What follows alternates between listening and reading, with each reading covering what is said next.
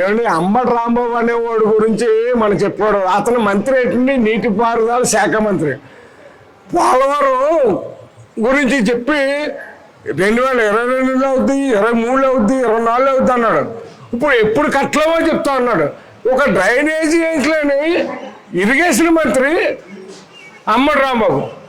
అంతేకాదు అతను వ్యక్తిగతంగా అందరు రాష్ట్రంలో ప్రజలందరూ తెలుసు అతను వ్యక్తిగత జీవితం.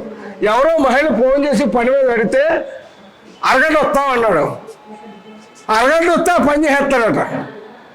అదే కాకుండా ఎవరో మా బీమా డబ్బులు వస్తే 8 లక్షల రూపాయలు వస్తే అందులో సగం డబ్బులు నాకు ఇస్తే నేను చేస్తాను అన్నాడు. అంబటి రాంబాబు ఎవడండి, అతను సరైన కాపు కూడా కాదు చెప్పాలంటే. కానీ అదేమంటాడు, ఏదో సంబరానికి వచ్చి డ్యాన్స్ చేస్తే అంబటి రాంబాబు డ్యాన్స్ చేస్తే నువ్వు అంబటి రాంబాబు మంత్రి, నువ్వు సిగ్గు నీకులాంటి మంత్రి ఇచ్చినందుకు జగన్ చచ్చిపోవాలి. అంబటి రాంబాబు అరగంట మంత్రి అందరూ తెలుసు, భారతదేశంలో అందరూ తెలుసు అరగంట మంత్రి అంటారు అంబటి రాంబాబు.